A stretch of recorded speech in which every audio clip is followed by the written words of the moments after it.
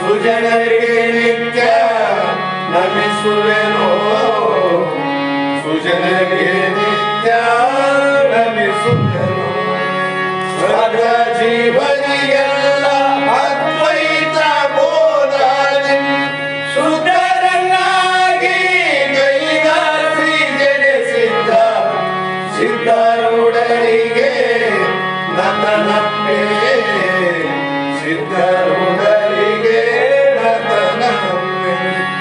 ಬಾಳ ಬಲವೇ ವೇದಾಂತಕ್ಕೆ ಸರಿ ಬಾಳ ಗರ್ಜನೆ ಕೇಳೋ ತನಕ ಬಾಳ ಕೂಗುತ್ತಲಿರ್ಪವೇ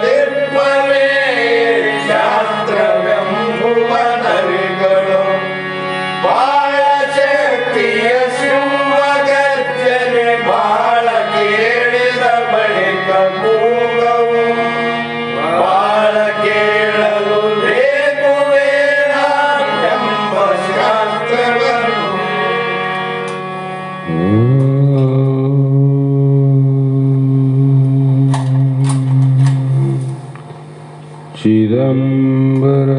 चिदंबरमठाधीशं सिद्धारूढयतीश्वरं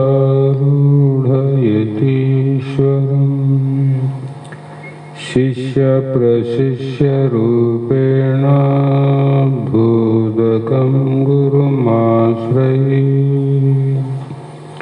यदङ्घ्रिकमलद्वन्द्वं तापत्रयनिवारकम् शान्तैकपदं देवं वन्दे सिद्धारूढमहं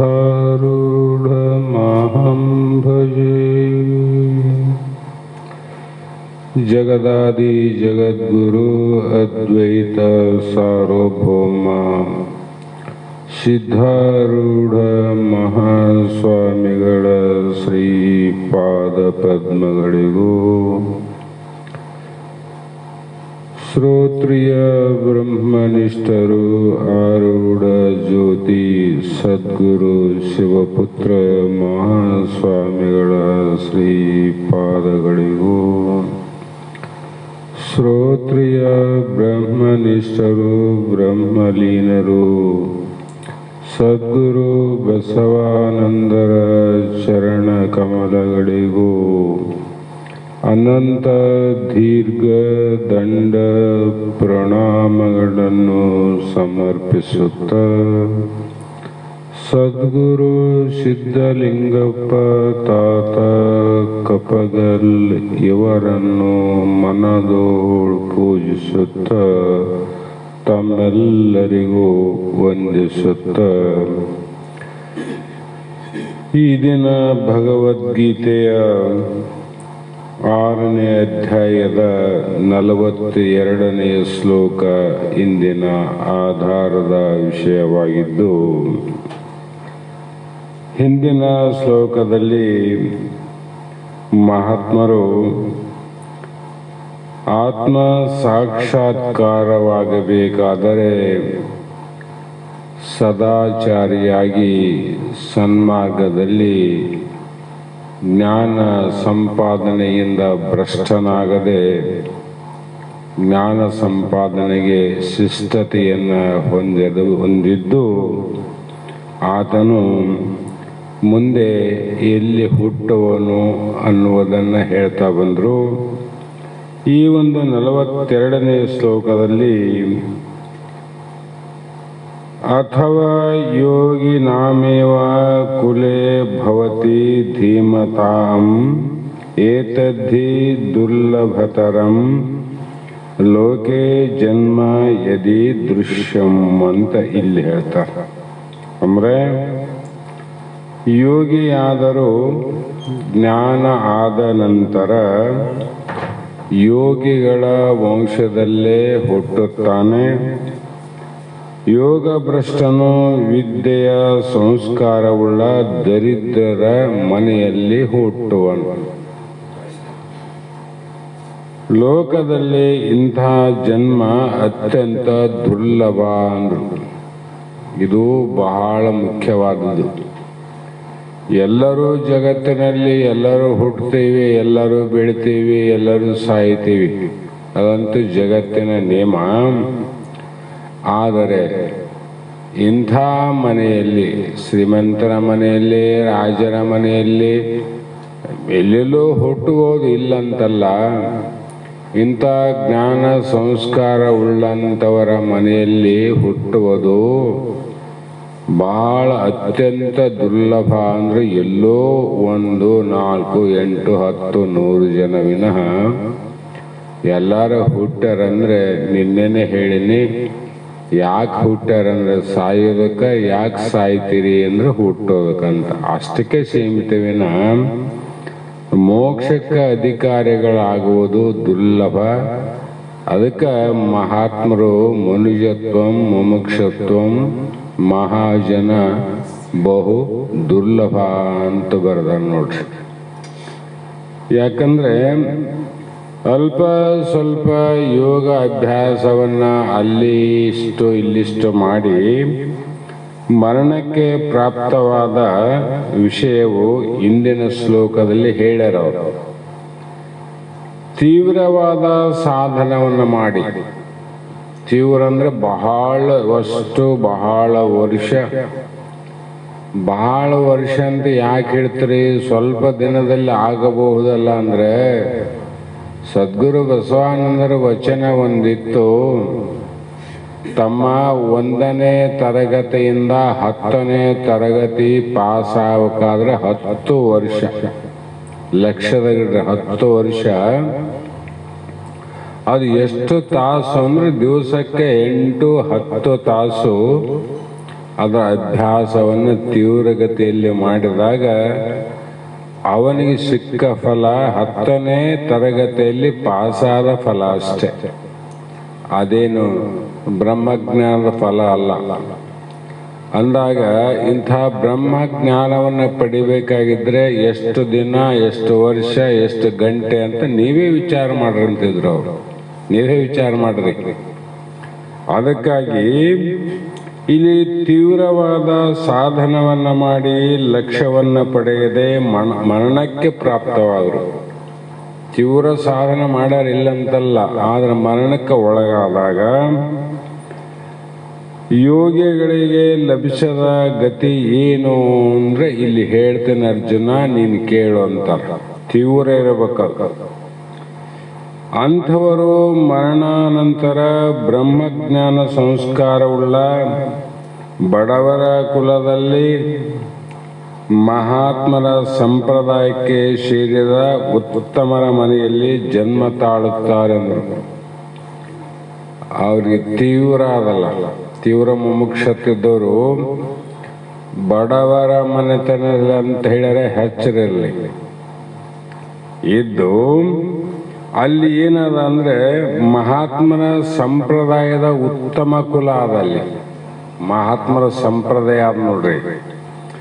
ಅಲ್ಲಿ 100ಕ್ಕೆ 50 ಅಂಕಗಳನ್ನು ಸಂಪಾದಿಸಿದವರೆಂದು ತಿಳಿಯಬೇಕು. ಅಂಥವರು ಅಂಥ ಬಡತನದಲ್ಲಿ ಹುಟ್ಟಿ ಆ ಬಡತನದಲ್ಲಿ ತಮ್ಮ ಕಷ್ಟಗಳನ್ನು ಪಟ್ಟು ಅವುಗಳನ್ನು ಲೆಕ್ಕಿಸದೆ ಸಮುದ್ರವನ್ನ ದಾಟಿದಷ್ಟು ಸಾಹಸದಿಂದ ಪಾರಮಾರ್ಥ ಕಡೆ ಬಂದರ ಭವಸಾಗರ ದಾಟಲಿಕ್ಕಂದ್ರೆ ಅದು ನಿಜವಾದ ಮುಮುಕ್ಷತ್ವ ಅಂತ. ಯಾಕಂದ್ರೆ ಅವರು ಭೋಗಕ್ಕಾಗಿ ಬಂದಿಲ್ಲಲ್ಲ,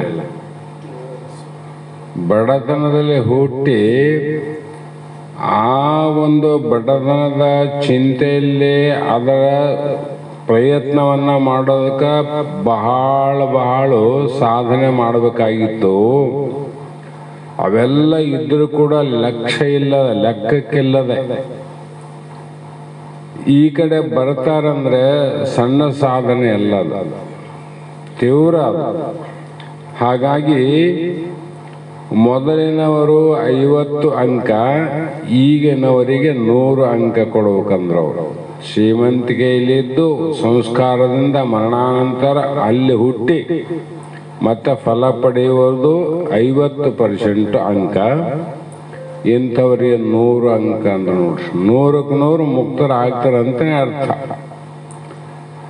ಬ್ರಹ್ಮಜ್ಞಾನ ಸಂಸ್ಕಾರ ಉಳ್ಳವರ ವಂಶದಲ್ಲಿ ಉಂಟಾಗುವ ಜನ್ಮವು ಲೋಕದಲ್ಲಿ ಮಹಾ ದುರ್ಲಭವೆಂದು ಗೀತೆಯು ಅಭಿಪ್ರಾಯ. ಮಹಾ ದುರ್ಲಭ ಅಂದರೆ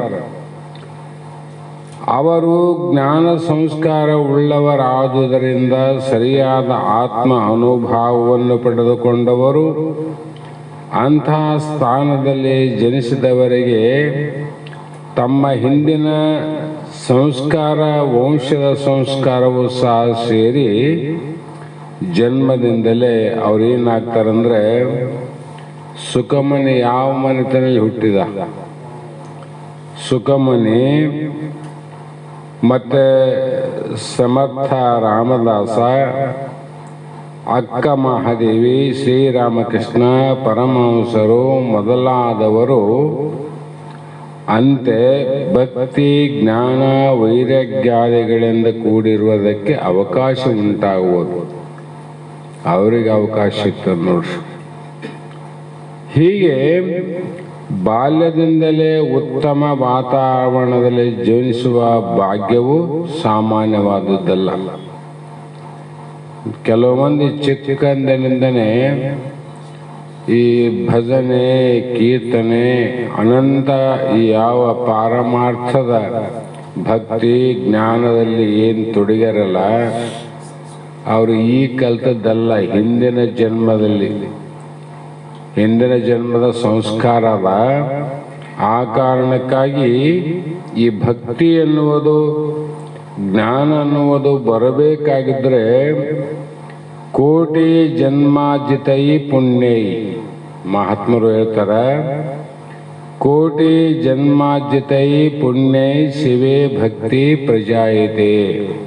ಅಂದ್ರೆ ಇದು ಶಿವಗೀತೆಯಲ್ಲಿ ಹೇಳಿದಂಥ ಒಂದು ಮಾತು. ಒಂದು ಜನ್ಮದ್ದಲ್ಲ, ಇದು ಕೋಟಿ ಜನ್ಮ. ಅನೇಕ ಜನ್ಮಗಳ ಪುಣ್ಯವನ್ನು ಸಂಪಾದನೆ ಮಾಡಿಕೊಂಡು ಅಂತ ಪವಿತ್ರವಾದ ಕುಲದಲ್ಲಿ ಜನ್ಮ ತಾಳಿದ ಭಾಗ್ಯವಂತರಿಗೆ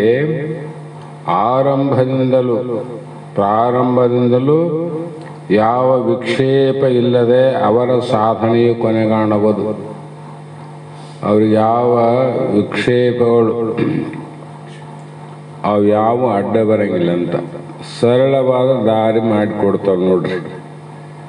ಹಾಗಾಗಿ ಅಂಥವರು ಜನ್ಮ ತಾಳಿದ ಜ್ಞಾನ ಸಂಸ್ಕಾರವುಳ್ಳ ಸಂಪ್ರದಾಯದಲ್ಲಿ ನಿರಂತರವಾಗಿ ಆಧ್ಯಾತ್ಮಿಕ ವಿಚಾರಣೆ, ಯೋಗ ಸಾಧನೆ, ನಿಯಮನಿಷ್ಠೆ, ಪರಮಾರ್ಥ ಗ್ರಂಥ ಪಠನ ಮುಂತಾದ ದೈವಿ ಕಾರ್ಯಗಳು ಅಲ್ಲಿ ನಡೆಯುತ್ತಾ ಬಂದಿದ್ದರಿಂದ ದೈವಿ ಕಾರ್ಯಕ್ಕೆ ವಿರುದ್ಧವಾಗಿ ಬೋಧಿಸುವವರೇ ಆಗಲಿ ಆಚರಿಸುವವರೇ ಆಗಲಿ ಅಲ್ಲಿ ಇರಲಾರು.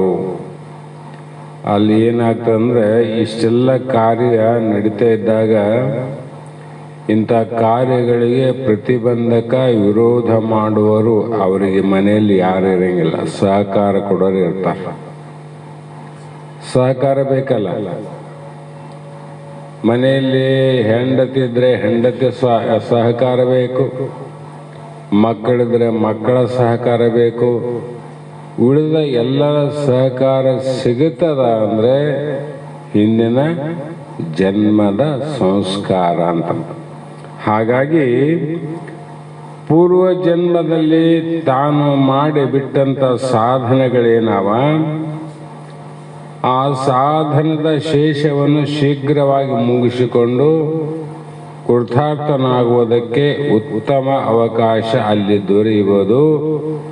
ಅದಕ್ಕಾಗಿ ಈ ಜನ್ಮದಲ್ಲಿ ಆಗದೇ ಇದ್ದರೆ ಜನ್ಮಾಂತರದಲ್ಲಿ ಆತನಿಗೆ ಶೀಘ್ರವಾಗಿ ಎಲ್ಲವೂ ಪ್ರಾಪ್ತಿಯಾಗುವುದು.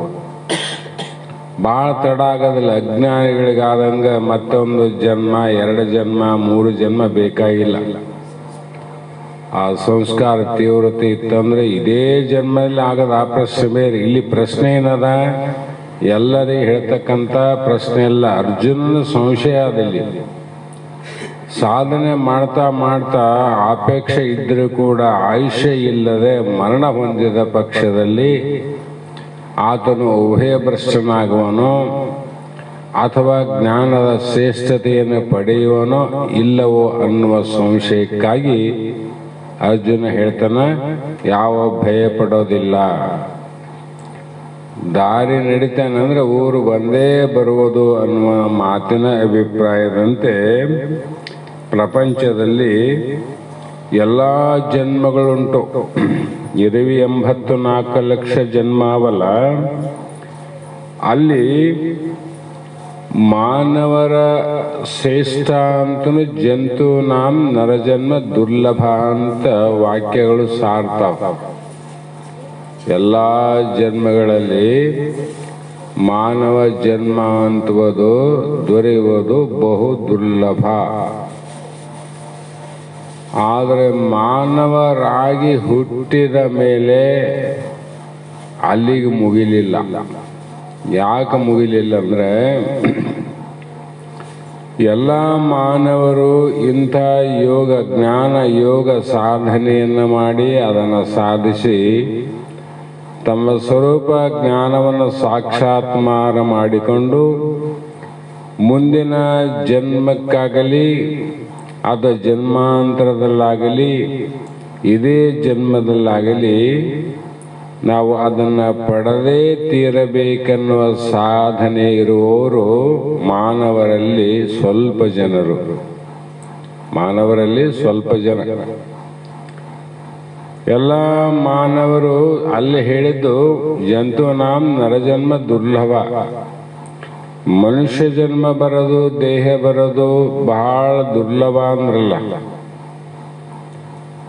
ಅದು ಯಾಕೆ ಹೇಳ್ಯಾರಂದ್ರೆ, ಇಂಥ ಆಧ್ಯಾತ್ಮಕದಲ್ಲಿ ಪ್ರವೇಶವನ್ನು ಮಾಡಿ ಭಕ್ತಿಯನ್ನು ಮಾಡಿ ದಾನ ಧರ್ಮಾದಿಗಳನ್ನು ಮಾಡಿ ಪುಣ್ಯ ಕಾರ್ಯಗಳನ್ನು ಮಾಡಿ ನ್ಯಾಯ ಧರ್ಮ ಅಂತ ಜೀವನದಲ್ಲಿ ಅಳವಡಿಸಿಕೊಂಡು ಸತ್ಯ ಮಾರ್ಗದಿಂದ ನಡೆದು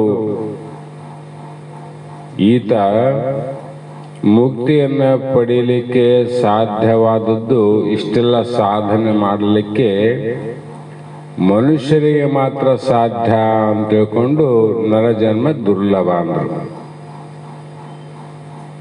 ಈ ಬೇರೆ ಯಾವನ ಪಕ್ಷಿ ಪ್ರಾಣಿಗಳು ಅವು ಯಾವ ದೇವರಿಗೆ ಊದಿನ ಕಡ್ಡಿ ಬೆಳಗಲಿಲ್ಲ, ಲೋಬಾನ ಹಾಕ್ಲಿಲ್ಲ, ದೀಪ ಹಚ್ಚಲಿಲ್ಲ, ಸ್ನಾನ ಮಾಡಲಿಲ್ಲ, ಹೂ ತರಲಿಲ್ಲ, ಏನೇನು ಮಾಡೇವೇನು. ಆದ್ರೆ ಇಷ್ಟೆಲ್ಲ ಮಾಡಲಿಕ್ಕೆ ಯಾರಿಗೆ ಸಾಧ್ಯ ಆಗ್ಯದ? ಮಾನವರಿಗೆ ಅಷ್ಟೆಲ್ಲ. ಅದಕ್ಕೆ ಈ ದೈವಿ ಭಾವ ಅನ್ನುವುದು ಮಾನವನಲ್ಲೇ ಪ್ರಕಟ ಆಗ್ತದ.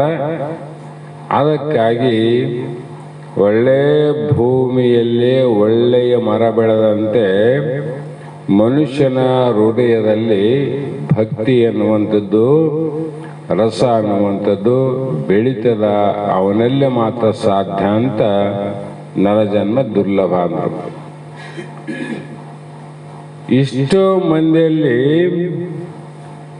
ಇಂಥ ಒಂದು ಈಗಿನ ಕಲಿಯುಗದಲ್ಲಿ ಸರ್ವಶ್ರೇಷ್ಠವಾಗಿರತಕ್ಕಂಥ ಈ ಧರ್ಮ ಅರ್ಥ ಕಾಮ ಮೋಕ್ಷದಲ್ಲಿ ಕೊನೆಯ ಮೋಕ್ಷವನ್ನು ಪಡೆಯಬೇಕನ್ನುವಂಥ ಆಪಕ್ಷ ಉಂಟಾಗುವುದು ಎಷ್ಟು ಜನರಲ್ಲಿ, ಎಷ್ಟು ಮಂದಿಲ್ಲ.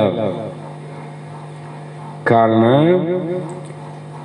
ಕೇವಲ ಯಾರಲ್ಲಿ ಅದಂದ್ರೆ ಜ್ಞಾನ ಸಂಸ್ಕಾರವುಳ್ಳ ಮನೆತನದಲ್ಲೇ ಉಂಟಾಗುವ ಜನ್ಮವೇ ಸರ್ವಶ್ರೇಷ್ಠವೆಂದು ತಿಳಿಬೇಕಿಲ್ಲ. ಅಂಥವ್ರ ಮನೆಯಲ್ಲಿ ಈಗ ಯಾರು ಬೆಳೆದವಲ್ಲ ಅವೆಲ್ಲ ಬಡತನ ಶ್ರೀಮಂತಿಕೆ ಮುಖ್ಯ ಅಲ್ಲ. ಬಡವರ ಮನೆಯಲ್ಲೇ ಜ್ಞಾನಿಗಳು ಬಹಳ ಮಂದಿ ಹುಟ್ಟ್ಯಾರ, ಲಕ್ಷದ ಇರಲಿ ಬಡತನದಲ್ಲಿ. ಅದನ್ನ ಈಸಿ ಈ ಕಡೆ ಬರಬೇಕು ನೋಡು, ಅಂದ್ರೆ ಅಂಥವನು ಜಯಿಸ್ತಾನ. ಬಡತನವನ್ನ ಈಸಿ ಬಂದವನೇ ಭವಸಾಗರವನ್ನ ಜಯಿಸಬಲ್ಲನೆ ವಿನಃ ಸರಳವಾಗಿ ಇದ್ದವನಿಗೆ ತೀವ್ರ ಮುಕ್ಷತೆ ಇದ್ರೆ ಮಾತ್ರ ಹೋತಾನವನು. ತೀವ್ರ ಬಹಳ ಇರಬೇಕಲ್ಲ.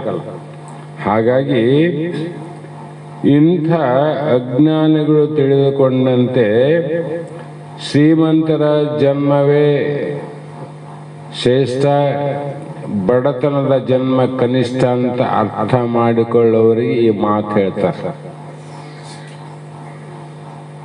ಇಲ್ಲಿ ಅದು ಶ್ರೇಷ್ಠ ಅಲ್ಲ, ಇಂಥ ಜ್ಞಾನ ಸಂಸ್ಕಾರವುಳ್ಳ ಮನೆತನದಲ್ಲಿ ಯಾರು ಹುಟ್ಟ್ಯಾರ ಅದು ಶ್ರೇಷ್ಠ. ಉಳಿದು ಯಾವ ಲೆಕ್ಕಕ್ಕೆ ಇಲ್ಲ ಇಲ್ಲಿ. ಹಾಗಾಗಿ ರಾಜಾದಿರಾಜನ ಜನ್ಮವು ಶ್ರೇಷ್ಠವಲ್ಲ, ಇಂದ್ರನ ಜನ್ಮವು ಸಹ ಶ್ರೇಷ್ಠವಲ್ಲ. ಧೀಮಂತರಾದ ಜ್ಞಾನವಂತರಾದ ಯೋಗಿಗಳ ಜನ್ಮವೇ ಶ್ರೇಷ್ಠ ಎಂದು ಗೀತೆ ಮುಕ್ತ ಕಂಠದಿಂದ ಹೇಳುತ್ತದೆ. ಭಗವದ್ಗೀತೆ ಪ್ರಮಾಣ. ಇನ್ನು ಯಾರು ಪ್ರಮಾಣ ಕೊಡಬೇಕು? ಅದಕ್ಕೆ ಇದು ಯಾರಲ್ಲಿ ನಡೀಬೇಕು ಚರ್ಚೆ ಅಂದ್ರೆ ಬಲ್ಲವರಲ್ಲೇ ನಡೀಬೇಕು ವಿನಃ ಬೇರೆಯವ್ರ ಮುಂದೆ ಈ ಚರ್ಚೆ ನಡೆದ್ರೆ ನಮ್ಮ ಇದ್ದ ಜ್ಞಾನ ಕೂಡ ನಷ್ಟ ಆಗೋಗ್ತದೆ. ಅವನು ಮುತ್ತು ರತ್ನ ತಗೊಂಡು ಬೀದಿಯಲ್ಲಿ ತೂರ್ತಂದಂತ. ಆ ಮುತ್ತು ರತ್ನ ಬೀದಿಯಲ್ಲಿ ತೂರಿದ್ರೆ ಮನೆಗೆ ಬರ್ತಾವ ವಾಪಸ್ಸು, ಅವನಿಗೆ ಹಾಳಾಗ್ತಾವಂತ, ಅವನು ನಷ್ಟ ಆಗ್ತದೆ. ಅದರಂತೆ ದೈವತ್ವವನ್ನು ಪಡೆಯುವುದರಲ್ಲಿ, ಜ್ಞಾನವನ್ನು ಸಂಪಾದಿಸುವುದರಲ್ಲಿ, ಆತ್ಮ ಅನುಭವವನ್ನು ಪಡೆದುಕೊಳ್ಳುವುದರಲ್ಲಿ ಶ್ರೇಷ್ಠತೆ ಇರುವುದೆಂದು ಬುದ್ಧಿವಂತರು ಗ್ರಹಿಸಿ ಅದಕ್ಕಾಗಿ ತೀವ್ರ ಕೃಷಿಯನ್ನ ಮಾಡಿ ಅಂಥ ಸ್ಥಾನವನ್ನು ಪಡೆದುಕೊಳ್ಳಬೇಕು. ಜನ್ಮವು ಕೇವಲ ದುರ್ಲಭವಲ್ಲ, ಜನ್ಮ ದುರ್ಲಭ ಅಲ್ಲ ಇದು. ಮತ್ತೆ ಅಂಥವನ ಜನ್ಮವೇ ಸಾಫಲ್ಯ ಅಂದ್ರೆ ಸಾರ್ಥಕ ಆಗ್ತದ ಅಂತ. ಇದರಿಂದ ಏನ್ ತಿಳಿಬೇಕು ನಾವು ಅಂದ್ರೆ, ಒಂದಾನೊಂದು ಊರಿಗೆ ಒಬ್ಬ ಪ್ರಯಾಣ ಮಾಡಕ್ ಹೊರಟ. ರಾತ್ರಿ ಆಯ್ತು. ಆ ರಾತ್ರಿ ಆದಾಗ ಆತ ಒಂದು ಊರಿನಲ್ಲಿ ಮಲಗಿ ಬೆಳಗ್ಗೆ ಅಲ್ಲಿಂದಲೇ ಪ್ರಯಾಣವನ್ನು ಆರಂಭಿಸಬೇಕು. ತನ್ನ ಗಮನ ಸ್ಥಾನವನ್ನು ಸೇರಿಕೊಳ್ಳಬೇಕು, ಮುಂದೆ ಹೋಗ್ಬೇಕಲ್ಲ ಅಂತ. ಅವನು ರಾತ್ರಿ ಎಲ್ಲಿ ಮಲಗಿದ ಸ್ಥಳದಿಂದ, ಇದು ಭಾಷೆ ಹೇಳಿ ನಾನು, ಮತ್ತೆ ತನ್ನ ಊರಿಗೆ ಬಂದು ಮತ್ತೆ ಪ್ರಯಾಣ ಮಾಡ್ತಾನೆ ಮುಂದಿನ ಊರಿಗೆ. ತಾನು ಎಲ್ಲಿ ಹೋಗ್ಬೇಕಂತ ಹೊಂಟಿದ್ದ, ರಾತ್ರಿ ಆಯ್ತು, ಅಲ್ಲಿ ಮಲಗಿದ. ಅವತ್ತ ಮುಟ್ಲಿಲ್ಲಪ್ಪ ಅಂತ ತಿಳ್ಕೊಂಡು ಮರ್ದಿನ ಮತ್ತೆ ಊರಿಗೆ ಬಂದು ಮತ್ತೆ ಪ್ರಾರಂಭ ಮಾಡ್ತಾನೆ. ಅವನು ಎಲ್ಲಿ ಮಲಗಿದ್ದ ಅಲ್ಲಿಂದನೇ ಮುಂದೆ ಪ್ರಯಾಣ ಮಾಡ್ತಾನ. ತನ್ನ ಪ್ರಯಾಣವನ್ನ ಆರಂಭಿಸಿ ಆತ ಊರನ್ನ ಮುಟ್ಟುತ್ತಾನಿಲ್ಲ.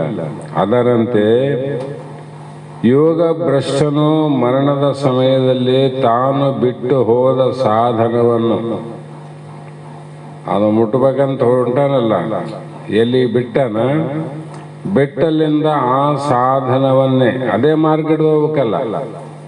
ಇವತ್ತ ರಾತ್ರಿ ಆಯ್ತು, ಈ ಮಾರ್ಗ ಬೇಡಪ್ಪ, ಮತ್ತೆ ಆ ಕಡೆ ಹೋಗಿ ಆ ಕಡೆ ಹೋಗಂತ ಮತ್ತೊಂದು ಮಾರ್ಗ ಹಿಡಿಯೋದಿಲ್ಲ. ಅದೇ ಮಾರ್ಗವನ್ನು ಹಿಡಿದು ಮುಂದಿನ ಜನ್ಮದಲ್ಲಿ ಆರಂಭಿಸಿ ಅವನು ಹಿಂದೆ ಮಾಡಿದ ಜ್ಞಾನ ಸಾಧನೆ ನಾಶವಾಗುವುದಿಲ್ಲ. ಇಲ್ಲಿ ಅರ್ಥ ಏನ್ ಮಾಡಬೇಕು? ಇಲ್ಲಿಂದ ಇಲ್ಲಿ ಹೋಗಿ ಮಲಿಗನ ಆ ಸಾಧನ ದಾರಿ ನಡೆದನಲ್ಲ, ಆ ದಾರಿ ವ್ಯರ್ಥ ಆಯ್ತಾನ ಅವನಿಗೆ? ಆ ದಾರಿ ವ್ಯರ್ಥ ಅಲ್ಲಲ್ಲ, ನನ್ನ ಸಾರ್ಥಕ ಆಯ್ತು.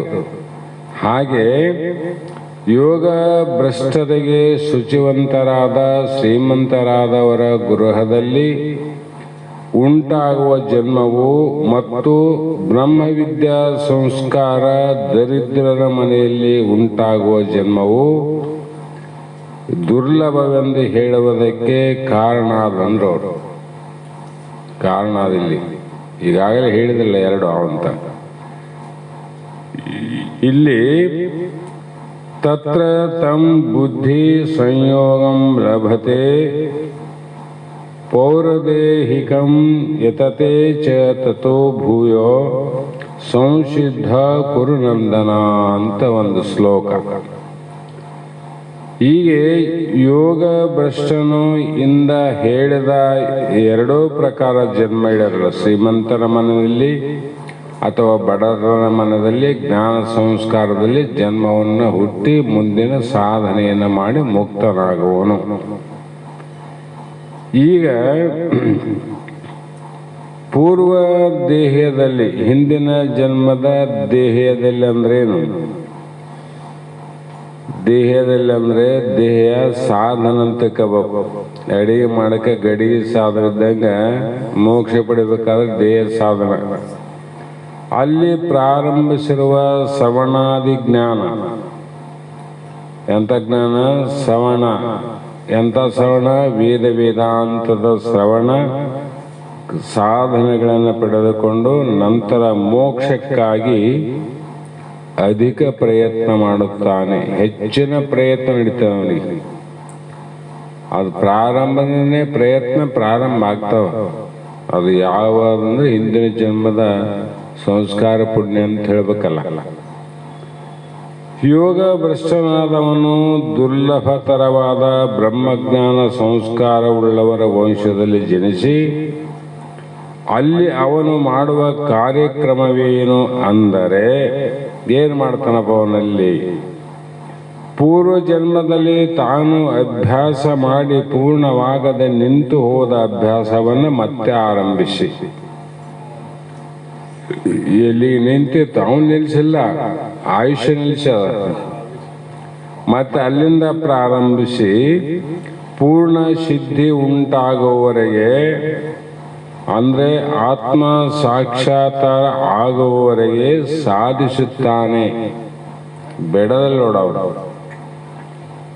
ಮತ್ತೆ ಅವನು ಹೇಗೆ ಸಾಧನೆ ಮಾಡ್ತಾನಂದ್ರೆ ಎಲ್ಲಿಂದ ಬಿಟ್ಟಿದ್ದಾನೆಯೋ ಅಲ್ಲಿಂದಲೇ ಪ್ರಾರಂಭ ಆಗ್ತದೆ.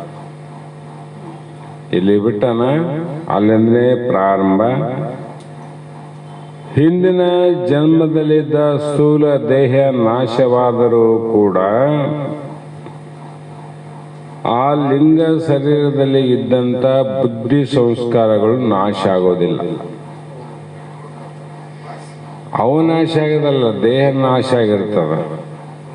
ಆ ಕಾರಣಕ್ಕಾಗಿ ಆ ಸಂಸ್ಕಾರದಿಂದ ಪರಮಾತ್ಮನಿಗೆ ಇಂಥ ಬೇರೆಯಾಗಿ ಜನ್ಮ ತಾಳಲು ಆರಂಭಿಸಿದಾಗ ಸೂಕ್ಷ್ಮ ಶರೀರವು ಮತ್ತೆ ಪರಮಾತ್ಮನಲ್ಲಿ ಒಂದಾಗುವವರೆಗೆ ಅಂದರೆ ಮೋಕ್ಷ ಆಗುವವರೆಗೆ ಹೀಗೆ ಇರುವುದರಿಂದ ಪೂರ್ವ ಜನ್ಮದಲ್ಲಿಯ ಬುದ್ಧಿಯೊಡನೆ ಸಂಯೋಗ ಉಂಟಾಗುತ್ತದೆ. ಅದು ಬಂದು ಕೂಡ್ತದೆ ನೋಡ್ರಿ. ಏನು ಕೂಡ ಲಿಂಗ ತನುವಿನಲ್ಲಿ ಸಂಸ್ಕಾರ, ಸ್ಥೂಲ ತನುವಿನಲ್ಲಿ ಶರೀರದಲ್ಲಿ ಏನು ಸಂಸ್ಕಾರ ಅವ್ರಿ? ಇದನ್ನ ಸಂಸ್ಕಾರ ಅಂದ್ರೆ ಬರೀ ವಿಕಾರದ ಸಂಸ್ಕಾರಗಳವಷ್ಟೇ, ನಾಮರೂಪದ ಸಂಸ್ಕಾರಗಳೇ. ಒಂದು ಗೊಂಬೆ ಇಳಿಸಿದಂಗ, ಎಲ್ಲಾದರೂ ಒಂದು ಗೊಂಬೆಯನ್ನು ಚಿತ್ರವನ್ನು ಬಿಡಿಸಿದಂಗ ಪರಮಾತ್ಮ ಈ ಶರೀರಗಳ ಚಿತ್ರವನ್ನು ಬರೆದ. ಅದರ ಒಳಗಿರ್ತಕ್ಕಂಥ ಲಿಂಗ ತನುವಿನ ಸೂಕ್ಷ್ಮ ತನುವಿನ ಸಂಸ್ಕಾರ ಅದ್ರ ಒಳಗಿರ್ತಾವ, ಹೊರಗೆ ಕಾಣಂಗಿಲ್ಲ. ಅದಕ್ಕೆ ಆಡೋ ಭಾಷೆಯಲ್ಲಿ ನಾವೆಲ್ಲ ಹೇಳ್ತೀವಿ, ನೋಡಕ್ ಮನುಷ್ಯ ಎಷ್ಟು ಚಂದ ಕಾಣ್ತಾನಪ್ಪ, ಒಳಗೆ ನೋಡಿ ಹೆಂಗಾವಂತೀವಿಲ್ಲ. ಒಳಗೂ ಕಾಣ್ತಾವೇನು? ಹೊರಗೂ ಕಾಣೋದು ಸಲುವಾಗಿ ಚಂದ ಅಂತೀವಿ, ಇಲ್ಲ ಸುಮಾರನಂತೀವಿ. ಮತ್ತೆ ಒಳಗೂ ನೋಡಿ ನಾವು ಕಂಡು ಹಿಡಿದಾಗ ಅವನ ಗುಣಗಣಗಳ ಏನಾವಂತ ಗೊತ್ತಾಗ್ತದೆ. ಹಾಗೆ ಇಲ್ಲಿ ಈಗಲೂ ಪುಣ್ಯ ಕರ್ಮವನ್ನು ಮಾಡುತ್ತಾನೆ. ಮತ್ತೇನ್ ಮಾಡ್ತಾನಂದ್ರೆ ಆ ಸಂಬಂಧ ಕಡಿದು ಹೋಗುವುದಿಲ್ಲ. ಪುಣ್ಯ ಸಂಸ್ಕಾರವುಳ್ಳ ಬುದ್ಧಿಯಾಗಿದ್ದರೆ ಈಗಲೂ ಪುಣ್ಯ ಕರ್ಮವನ್ನು ಮಾಡ್ತಾನ. ಅವನು ಪುಣ್ಯ ಮಾಡಬೇಕಾದ್ರೆ ಸಾಮಾನ್ಯ ಎಲ್ಲ ಪೂರ್ವಜನ್ಮದ ಪುಣ್ಯದ ಸಂಸ್ಕಾರ ಇದ್ದವನು ಪುಣ್ಯ ಮಾಡ್ತಾನೆ. ಮತ್ತೆ ಅವರು ಬಡವರಂತೆ ಬಡತನಕ್ಕೂ ಪುಣ್ಯಕ್ಕೂ, ಬಡತನಕ್ಕೂ ಜ್ಞಾನಕ್ಕೂ, ಬಡತನಕ್ಕೂ ಭಕ್ತಿಗೆ ಸಂಬಂಧನೇ ಇಲ್ಲ. ಬಡವರಾರ ಅವರು ಶ್ರೀಮಂತರು ಮಾಡಂಗಿಲ್ಲ, ಅಷ್ಟು ಮಾಡ್ತಾರೆ ನೋಡ್ರಿ. ಮತ್ತೆ ಯಾಕೆ ಮಾಡ್ತಾರೆ ಅವರು? ಅದು ಪುಣ್ಯ ಸಂಸ್ಕಾರ ಅದಲ್ಲ, ಅದು ಬಿಡಂಗಿಲ್ಲ, ಅದು ಜಗ್ಗಿ ಬರ್ತದ. ಹಾಗೆ ಪಾಪ ಸಂಸ್ಕಾರವುಳ್ಳ ಬುದ್ಧಿಯಾಗಿದ್ದರೆ ಈಗಲೂ ಅನಿವಾರ್ಯವಾಗಿ ಪಾಪ ಕರ್ಮಗಳು ಮಾಡ್ತಾರೆ. ಅವರು ಹಿಂದಿನ ಜನ್ಮದಲ್ಲಿ ಪಾಪ ಕರ್ಮಗಳು ಮಾಡಲ್ಲ, ಆ ಸಂಸ್ಕಾರ ಅದ್ರಾಗ ಆದ ಅದೇ ಪಾಪ ಕರ್ಮಗಳೇ ಮಾಡ್ತಾರ. ಅದು ಬಿಡಬೇಕಂದ್ರೆ ಬಿಡೋದಲ್ಲ, ಸಂಬಂಧ ಬೇರ್ಪಡಿಸ್ಬೇಕಲ್ಲ. ಸಂಬಂಧದಿಂದ ಬೀಳಬೇಕಾದ್ರೆ ಅದು ಜ್ಞಾನದ ಪರಿಪೂರ್ಣತೆ ಆದಾಗ ಮಾತ್ರ ಪಾಪದ ಸಂಬಂಧ ಪುಣ್ಯದ ಸಂಬಂಧ ಹೋಗ್ತಾವ. ಅಲ್ಲಿವರೆಗೂ ಇರವೇ ಅವು. ಹೀಗೆ ಲೆಕ್ಕ ಬರೆಯುವನು ಒಂದು ಪೇಜ್ ಮುಗಿಯುತ್ತಲೇ ಎಲ್ಲವನ್ನ ಸೇರಿಸಿ ಮುಂದಿನ ಪೇಜಿನಲ್ಲಿ ಬರೆದುಕೊಳ್ಳುವಂತೆ ಅಭ್ಯಾಸ ಮಾಡ್ತಾನ. ಒಂದು ಲೆಕ್ಕ ಬರೀತಾನಪ್ಪ, ಈ ಪೇಜಿನಾಗ ಎಲ್ಲ ಬರೆಯಕಾಗ್ತದೆ, ಇದು ಎಷ್ಟು ಬರದ, ಇನ್ನು ಮುಂದಿನ ಲೆಕ್ಕ ಏನದ ಮುಂದಿನ ಪೇಜ್ನೇ ಬರೀತಾನ ಅವನು. ಮತ್ತೆ ಈ ಕಡೆಯಿಂದ ಉರ್ದು ಬರೆದಂಗ ಮಾಡ್ತಾನ ಲೆಕ್ಕ. ಉರ್ದುನವರು ಹಿಂದ್ಕೋತಾರ ಅವರು. ಹಾಗೆ ಇಲ್ಲಿ ಕೂಡ ಸಂಸಿದ್ಧವು ಅಂದ್ರೆ ಸೌಮ್ಯಕ ಜ್ಞಾನ ಸಿದ್ಧಿ ಆಗುವವರೆಗೆ, ಪೂರ್ಣ ಸಿದ್ಧಿ ಆಗುವವರೆಗೆ ಅವನು ಯತ್ನಶೀಲನಾಗಿ ಇರುತ್ತಾನೆ. ತನ್ನ ಪ್ರಯತ್ನದಲ್ಲಿ ಯಾವತ್ತೂ ಸೋಲಂಗಿಲ್ಲ. ತನ್ನ ಯತ್ನವನ್ನ ಮೊದಲು ಮಾಡಿ ಉಳಿದ ಪ್ರಯತ್ನವನ್ನು ಮಾಡಬಹುದು. ಮೊದಲು ಪಾರಮಾರ್ಥಕ್ಕೆ ಜಾಸ್ತಿ ಮಹತ್ವ ಕೊಡ್ತಾರ. ಆ ನಂತರ ಅವರವರ ಆಶ್ರಮ ತಕ್ಕಂತೆ ಗೃಹಸ್ಥಿದ್ರು ಕೂಡ ಸಂಸಾರಕ್ಕೆ ಕೊಡಬಹುದು. ಆದ್ರೆ ಮೊದಲು ಮಾಡುವ ಕೆಲಸ ಯಾವುದಂತ ಅದನ್ನ ಮಾಡಿ ಆಮೇಲೆ ಎರಡನೇ ಕೆಲಸ ಮಾಡ. ಅದಕ್ಕೆ ಸ್ವಾಮಿ ವಿವೇಕಾನಂದ ಅಂತ ಹೆಸರು ಎಲ್ಲರೂ ಕೇಳಿರಿ. ಅವರಿಗೆ ದೊಡ್ಡವರು ಆದ ಮೇಲೆ ಈ ಜ್ಞಾನ ಯೋಗ ಸಿದ್ಧಿ ಆಗಲಿಲ್ಲ. ಅವರಿಗೆ ಬಾಲ್ಯ ಅವಸ್ಥೆಯಲ್ಲಿ ದೈವಿ ಬುದ್ಧಿ ಪ್ರಕಟವಾಗಿ ಆಯ್ತು ಅಂದ್ರೆ ಅವರಿಗೆ ಪೂರ್ವಜನ್ಮದ ವಾಸನೆ ಅಂತ ತಿಳಿಬೇಕು. ಏನು ನೀವೆಲ್ಲ ವಿವೇಕಾನಂದರೇನು, ನೀವೆಲ್ಲರೂ ಸಿದ್ಧಾರೂಢರೇನು, ನೀವೆಲ್ಲರೂ ಅವರೇನು ಇವರೇನು ಅಂತ ಪ್ರಶ್ನೆ ಮಾಡೋರಾರ ಇರಲಿ. ಅವರು ಜನ್ಮ ಜನ್ಮಾಂತರ ಸಾಧನೆಯಿಂದ ಪ್ರಕಟ ಆದದ್ದು. ಈಗ ನಿನಗೂ ಕೂಡ ಜನ್ಮ ಜನ್ಮಾಂತರ, ಈ ಜನ್ಮದಲ್ಲಿ ಆಗದೆ ಇದ್ರೂ ಕೂಡ ಜನ್ಮಾಂತರದಲ್ಲಿ ಸಾಧನೆ ಪೂರ್ಣ ಆಗಲೇಬೇಕು, ಹಾಗೆ ಆಗ್ತದೆ. ಇದರಂತೆ ಎಲ್ಲರದಂತೂ ತಿಳ್ಕೋಬೇಕು. ಇದರಂಗ ಎಲ್ಲರದಂತ ಯೋಗಿಗಳ ವಂಶದಲ್ಲಿ ಜನಿಸುವುದರಿಂದ ಅಲ್ಲಿ ಏನಿರ್ತದ ಆ ವಾತಾವರಣ ಆಧ್ಯಾತ್ಮಿಕ ವಾತಾವರಣ ಇರ್ತದ ನೋಡ್ರಿ. ಅದಕ್ಕೆ ಸಾಮಾನ್ಯವಾಗಿ ಮಠದಲ್ಲಿ ಹುಟ್ಟಿದಂತ ಗಿಳಿ ಕಟುಕರ ಮನೆಯಲ್ಲಿ ಬೆಳೆದಂತ ಗಿಳಿ. ಮಠದಲ್ಲಿ ಬೆಳೆದಂತ ಗಿಳಿಯ ಸಂಸ್ಕಾರ ಇರದ ಬಹಳ ಸಲ ಹೇಳ್ತಾರೆ, ಯಾರೇ ಬರ್ಲಿ ಬರ್ರಿ ಕೂಡ್ರಿ ಶರಣು ಅಂತದ. ಮೊದಲು ಶರಣಂದ ಬರ್ರಿ ಕೂಡ್ರಿ ಅಂತ ಹೇಳ್ತಾನ. ಯಾಕಂದ್ರೆ ಅದೇ ಸಂಸ್ಕಾರ ಅದಕ್ಕೆ. ಅದು ಬಿಟ್ಟು ಬೇರೆ ಇನ್ನೊಂದು ಕೇಳೇ ಇಲ್ಲ, ಇನ್ನೊಂದು ನೋಡೇ ಇಲ್ಲ. ಅದೇ ಸಂಸ್ಕಾರದಲ್ಲಿ ಬೆಳೆದದಕ್ಕೆ ಅದಕ್ಕೆ ಶರಣು ಶರಣಾರ್ಥಿ ಬನ್ನಿರಿ ಕೂಡಿರಿ ಅಂತ ಹೇಳ್ತಾರೆ. ಅದೇ ಇನ್ನೊಂದು ಗಿಡಿ ಕಟುಕರ ಮನೆಯ ಸಂಸ್ಕಾರದಲ್ಲಿ ಬೆಳೆದದು. ಅಲ್ಲಿ ಮನೆಯ ಸಂಸ್ಕಾರ ಯಾರ ಬಾಯಲ್ಲಿ ಕೇಳಿ ಹಿಡಿರಿ ಒಡಿರಿ ಕಡಿರಿ ಬಡಿರಿ, ಹೌದಾ ಇಲ್ಲ? ಮತ್ತೆ ಅದನ್ನು ಬಿಟ್ಟು ಬೇರೆ ಏನಾರ ಗೊತ್ತದೇನೋ ಗೊತ್ತಿಲ್ಲದ ಕಾರಣ ಅದು ಹಿಡಿರಿ ಒಡಿರಿ ಬಡಿರಿ ಕಡಿರಿ ಅಂತ. ಅದರಂತೆ ಉತ್ತಮ ಭವಿಷ್ಯದಲ್ಲಿ ಹುಟ್ಟಿದವರ ವಾತಾವರಣ ಆ ಮನೆಯಲ್ಲಿ ಎಲ್ಲದೂ ಸಂಸ್ಕಾರ ಹಂಗಿರ್ತದೆ. ಧ್ಯಾನ, ಪೂಜಾ ಆಗಲಿ, ಪುನಸ್ಕಾರ ಆಗಲಿ, ದಾನ ಆಗಲಿ, ಧರ್ಮ ಆಗಲಿ, ಪರೋಪಕಾರ ಆಗಲಿ, ಯಾರ ಸಾಧು ಸಂತರು ಬಂದರೆ, ಮಹಾತ್ಮರು ಬಂದರೆ ಅಲ್ಲಿ ವಾತಾವರಣ ಅದೇ ಬೆಳೆದಿರ್ತದಲ್ಲ. ಇಲ್ಲಿ ಸಂಸ್ಕಾರ ವಾತಾವರಣ ಅಂತ. ಅದಕ್ಕಾಗಿ ಆ ವಾತಾವರಣದಲ್ಲಿ ಬೇಗ ಬೇಗ ಅವನಿಗೆ ಅಂದರೆ ತನ್ನ ಮೂಲ ಜನ್ಮದ ಸಂಸ್ಕಾರ ಹಿಂದಿಂದು ಜಲ್ದಿ ಪ್ರಕಟ ಆಗಿಬಿಡ್ತವ್ರು. ಪ್ರಕಟ ಆಗಿ ಮರ್ತಿದ್ದ ಅಂದ್ರೆ ಕೂಡ ಅವನಿಗೆ ಮತ್ತೆ ಎಚ್ಚರ ಆಗ್ತದೆ, ನೆನಪಾಗ್ತದೆ. ನೆನಪು ಮಾಡೋರು ಮತ್ತೆ ಸಂಸ್ಕಾರದಾಗ ಇದ್ರೆ ನೆನಪಾಗ್ತದೋ ಇಲ್ಲ? ಮತ್ತೆ ಹಿಂದಿನ ಜನ್ಮ ಆದ ಅವನ ಸಂಸ್ಕಾರಕ್ಕೆ ಒಂದು ಉಪದೇಶ ನಡಿಬೇಕಾಯಿತು. ಅದಕ್ಕೆ ಮನೆಯ ಮೊದಲ ಪಾಠಶಾಲೆ, ತಾಯಿಯೇ ಮೊದಲ ಗುರು. ತಾಯಿಗೆ ಅಲ್ಲಿ ಮನೆತನದಲ್ಲಿ ಸ್ವಲ್ಪ ಸಂಸ್ಕಾರ ಇತ್ತಂದ್ರೆ ಎದ್ದುಗಳೇ ನಮಸ್ಕಾರ ಮಾಡು, ದೇವರು ಧ್ಯಾನ ಮಾಡು, ಧ್ಯಾನ ಮಾಡಿ ಮಲಗು, ಧ್ಯಾನ ಮಾಡಿ ಎದ್ದೇಳು, ಶಾಲೆಗೆ ಹೋಗ್ಬೇಕಾದ್ರೆ ಒಂದು ಶ್ಲೋಕನು ನಮಸ್ಕಾರ ಮಾಡಿ ಹೋಗಂತ ಹೇಳ್ತಾರಿಲ್ಲ. ಆ ಸಂಸ್ಕಾರ ಇಲ್ಲದವರು ಇದನ್ನ ಯಾಕೆ ಹೇಳ್ತಾರ? ಹಾಗೆ ಇದರಿಂದ ಏನು ನಿರ್ಣಯ ಆಯ್ತಪ್ಪ ನಮಗಂದ್ರೆ, ಪಾಪವೇ ಆಗಲಿ, ಪುಣ್ಯವೇ ಆಗಲಿ, ಜ್ಞಾನವೇ ಆಗಲಿ, ಅಜ್ಞಾನವೇ ಆಗಲಿ, ದುರ್ವಾಸನೆಗಳೇ ಆಗಲಿ, ಸದ್ವಾಸನೆಗಳೇ ಆಗಲಿ, ಜನ್ಮ ಜನ್ಮಾಂತರಗಳಲ್ಲಿ ಜೀವನ ಹಿಂದೆ, ಮನುಷ್ಯನ ಹಿಂದೆ ನೆರಳು ಬೆನ್ನು ಹತ್ತಿ ಬಂದಂತೆ ಜೀವನ ಹಿಂದೆ ಅವೆಲ್ಲ ಬೆನ್ನತ್ತಿ ಬರ್ತಾವ ನೋಡು. ನೀವು ಹೊರಟಿದ್ದಿ ನೆರಳು ನನ್ನಿಂದ ಬರಬಾರ್ದು ಅಂತ ಪ್ರಯತ್ನನೂ ಮಾಡಿದ್ರು ಬಿಡಂಗಿಲ್ಲ, ಬರಬೇಕಂದ್ರೂ ಬಿಡಂಗಿಲ್ಲ. ನೀನು ಹೋದಂಗಲ್ಲ, ಅದು ಹೋದದ್ದು ನಿನ್ನಿಂದ ಬಂದೇ ಬರ್ತದೆ. ನಮ್ಮ ನೆರಳು ಇನ್ನೊಬ್ಬರಿಂದ ಹೋಗೋದಿಲ್ಲ, ಇನ್ನೊಬ್ಬರ ನೆರಳು ನಮ್ಮಿಂದ ಬರಂಗಿಲ್ಲ. ಅದೇನದ ನೆರಳಿನಲ್ಲಿ? ನೆರಳು ಏನೂ ಇಲ್ಲ, ಆದ್ರೂ ಕೂಡ ನೇಮ ಮಾತ್ರ ಎಷ್ಟು ಚಂದ ನೋಡ್ರಿ. ನನ್ನ ನೆರಳು ನಿನ್ನಿಂದ ಬರ್ತದೇನು? ನನ್ನ ಬೆನ್ನ ಹತ್ತದ. ನಿನ್ನ ನೆರಳು ನನ್ನಿಂದ ಬೆನ್ನ ಹತ್ತಂಗಿಲ್ಲ, ನಿನ್ನಿಂದನೇ ಬೆನ್ನ ಹತ್ತದ.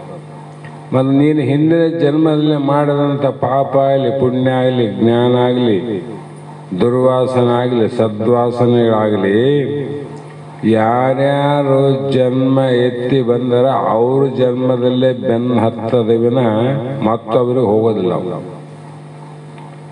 ಅದಕ್ಕೆ ನಾವು ಸ್ಪಷ್ಟವಾಗಿ ತಿಳಿಬೇಕಂತ, ನಾವು ಪೂರ್ವ ಜನ್ಮದಲ್ಲಿ ಮಾಡಿದ್ದು ನಮ್ಮ ಬೆನ್ನು ಬಿಡಂಗಿಲ್ಲ ಅಂದಮೇಲೆ ಇದನ್ನು ನಾನೇ ಅನುಭವಿಸಬೇಕು, ಇದನ್ನ ನಂದು ಇನ್ನೊಬ್ಬರು ಅನುಭವಿಸಲಿಕ್ಕೆ ಸಾಧ್ಯ ಇಲ್ಲ ಅಂತ ತಿಳ್ಕೊಂಡ್ರೆ ಆ ವ್ಯಕ್ತಿ ತನ್ನ ಕೆಲಸ ಮಾಡ್ಕೊಂತ, ಇನ್ನೊಬ್ಬರು ಹೇಳಿದ್ರೆ ಮಾಡ್ಕೊಂತಾರೋ ಬಿಡ್ತಾರೋ ಗೊತ್ತಿಲ್ಲ, ತಾನು ಮಾತ್ರ ಮಾಡ್ಕೊಂತ ನಾವು. ಹಾಗಾಗಿ ಇವೆಲ್ಲ ಕರ್ಮಗಳು ಯಾವಾಗ ನಾಶ ಆಗ್ತಾವ್ರಿ ಅಂದ್ರೆ, ಇದು ಜ್ಞಾನವೆಂಬ ಅಗ್ನಿಯಲ್ಲಿ ದಗ್ಧವಾದಾಗ ಮಾತ್ರ ಕರ್ಮಗಳು ಅಂತ್ಯವಾಗಿ, ಬೆಂಕಿಯಲ್ಲಿ ಸುಟ್ಟ ಮೇಲೆ ಆಯ್ತಲ್ಲ ಅವು ಕಟ್ಟಿಗೆ ಉಳಿಯಂಗಿಲ್ಲ. ಅದರಂತೆ ಜೀವನಿಗೆ ಈ ಸಂಸಾರ ಚಕ್ರ ಪರಿಭ್ರಮಣದಿಂದ ಮುಕ್ತಿ ಉಂಟಾಗುತ್ತದೆ ಜ್ಞಾನ ಸ್ಪರ್ಶ ಆದಾಗ. ಬಂದಲ್ಲಿ ಜ್ಞಾನಕ್ಕೆ ಬಂದಲ್ಲಿ ಎಲ್ಲ ಮುಗಿಸಿ ಆ ಉತ್ತಮ ಗತಿಯನ್ನ ಪಡೆಯಬೇಕೆಂಬ ಬಯಕೆ ಉಳ್ಳವನ ಶರೀರವು ಪತನವಾಗುವುದಕ್ಕಿಂತ ಮುಂಚಿತದಲ್ಲಿ ತನ್ನ ಬುದ್ಧಿಗೆ ಪೂರ್ಣವಾದ ಶುದ್ಧವಾದ ಪಾರಮಾರ್ಥಿಕ ಸಂಸ್ಕಾರವನ್ನು ಉಂಟು ಮಾಡಿಕೊಂಡು ಶರೀರ ಹೋಗೋಕ್ಕಿಂತ ಮುಂಚೆ ಇವೆಲ್ಲ ಪ್ರಾಪ್ತಿ ಮಾಡಿಕೊಳ್ಳಬೇಕು. ಏಕೆಂದರೆ ಜೀವನ ಮರಣ ಕಾಲದಲ್ಲಿ ತಾನು ಗಳಿಸಿದ ಯಾವ ವಸ್ತು ತನ್ನ ಹಿಂದೆ ಬಾರದೆ ಸಂಸ್ಕಾರವು ಮಾತ್ರ ಹಿಂದೆ ಬರ್ತದೆ. ಅಂದ್ರೆ ಇವನ್ನ ಏನಿದ್ದು ಈಗ ನಷ್ಟ ಮಾಡ್ಕೋಬೇಕಲ್ಲ, ಪಾಪ ಇರಲಿ ಪುಣ್ಯ ಇರಲಿ ಏನೇನೋ ದುರ್ವಾಸನೆಗಳಲ್ಲಿ ಮರಣ ಆಗದಂತ ಮುಂಚೆ ನಷ್ಟ ಮಾಡಬೇಕು. ಉಳಿದು ಬಂದ್ರೆ ಇವು ನಿನ್ನ ಬೆನ್ನತ್ತವ. ಇವರೆಗೂ ಉಳಿದ್ರು ಕೂಡ ನಿನ್ನೆ ಬೆನ್ನ ಹತ್ತಂಗಿಲ್ಲ. ಹೊಲ ಮನೆ ಹೆಂಡ್ರು ಮಕ್ಕಳು ನಿನ್ನಿಂದ ಬರ್ತಾರೆ ಏನು? ಸಾಧ್ಯ ಇಲ್ಲ, ಸಂಬಂಧನೇ ಇಲ್ಲ ಇದು. ಅದಕ್ಕಾಗಿ ಇಲ್ಲಿ ಸಂಸ್ಕಾರ ಮಾತ್ರ ಹಿಂದೆ ಬರ್ತಂತ ತಿಳ್ಕರಿ. ಅದನ್ನು ಬಿಟ್ರೆ ಇನ್ನೊಂದು ಯಾವುದು ಮತ್ತೊಂದು ನಮ್ಮ ಹಿಂದೆ ಬರಕ್ ಸಾಧ್ಯನೇ ಇಲ್ಲ. ಆ ಕಾರಣಕ್ಕಾಗಿ ನಿಜವಾದ ಬಂಧು ಉಳಿದ ಪದಾರ್ಥಗಳೆಲ್ಲವೂ ಕೊನೆಗೆ ದೇಹವು ಕೂಡ ಇಲ್ಲಿಯೇ ನಿಂತು ಹೋಗುವುದು. ಎಲ್ಲರೂ ಆಸೆಯಿಂದ ಹಿಡ್ಕೊಂಡು ಬಂದು ಬೆಳಗಾದವರೆಲ್ಲರೂ ಕೂಡ ಬಂದುಂಡು ಹೋಗೋರಂತ ಅಷ್ಟೆಲ್ಲ ಹೇಳೋದು, ಮತ್ತೇನಿಲ್ಲ. ಆದುದರಿಂದ ವಿವೇಕವುಳ್ಳವನು ಸದಾ ತನ್ನನ್ನು ಬೆನ್ನಟ್ಟಿ ಬರುವ ಸದಾಕಾಲ ನಮಗ ಬೆನ್ನಟ್ಟಿ ಬರುವಂಥದ್ದು ಒಂದು ದೇಹ ಅದ. ಈ ದೇಹದಲ್ಲಿ ಸ್ಥೂಲ ಸೂಕ್ಷ್ಮ ದೇಹಗಳನ್ನು ಯಾವಲ್ಲ, ನಾವು ಇಲ್ಲಿವರೆಗೂ ಕೋಟಿ ಜನ್ಮ ಎತ್ತಿದ್ರು ಕೂಡ ಒಂದು ಜನ್ಮದಲ್ಲಿ ಇದ್ದಂಥ ದೇಹ ಇನ್ನೊಂದು ಜನ್ಮದಲ್ಲಿ ನಮ್ಮ ಹಿಂದೆ ಬಂದಿಲ್ಲ, ಬರೋದಕ್ಕೆ ಬರೋದಿಲ್ಲ. ಬೇರೆ ಬೇರೆ ಆಗಿ ಬಂದವು, ಬೇರೆ ಬೇರೆ ಬೇರೆ ಬೇರೆ ಬೇರೆ ಆಗದೆ. ಆದರೆ ಈ ಲಿಂಗತನವಂತಾದಲ್ಲ, ಅದು ಮಾತ್ರ ಆ ದೇಹ ಇಲ್ಲಿವರೆಗೂ ನಮ್ಮ ಬೆನ್ನು ಬಿಡಲಾರ್ದಂಗೆ ಬಂದ ನೋಡ್ರಿ. ಅದು ಯಾವಾಗಲೂ ಇರುವಂತ ದೇಹವನ್ನ ನಾವು ನೋಡಿಲ್ಲ, ಕಾಣವಲ್ತು ನಮ್ಗೆ. ಈ ಒಂದು ದೇಹದಲ್ಲಿ ಕಾಣುವಂತ ದೇಹವನ್ನು ನೋಡೇ ಓಡಾಡ್ತೀವಿ ನಾವು, ಹೌದಿಲ್ಲ? ಆ ದೇಹ ಮನಸ್ಸು ಬುದ್ಧಿಗಳನ್ನು ವಿಶ್ವ ಪ್ರಯತ್ನ ಮಾಡಿ ಸತ್ಸಂಗಾದಿಗಳಿಂದ ಪರಿಶುದ್ಧವಾಗಿಯೂ ಆತ್ಮಜ್ಞಾನ ಸಂಪನ್ನವಾಗಿಯೂ ಮಾಡಿಕೊಂಡು ಜ್ಞಾನದ ವಿನಃ ಮಾಡಿದ ಪುಣ್ಯವೇ ಆಗಲಿ ಪಾಪವೇ ಆಗಲಿ ನಾಶವಾಗಲಾರದು. ಮೊದಲೇ ಹೇಳಿನಲ್ಲ, ಪಾಪ ಪುಣ್ಯ ಎರಡು ನಾಶ ಆಗಬೇಕು. ಪಾಪ ನಾಶ ಆದ್ರೆ ಆಯ್ತಲ್ರಿ, ಪುಣ್ಯ ಒಂದಿದ್ರೆ ಸಾಕಲ್ಲ. ಪುಣ್ಯಕ್ಕಾಗಿ ಎಷ್ಟೋ ಜಗತ್ತಿನಲ್ಲಿ ಸಂಪಾದನೆಗಾಗಿ ಎಷ್ಟು ಮಂದಿ ಪ್ರಯತ್ನ ಮಾಡ್ತಾರ.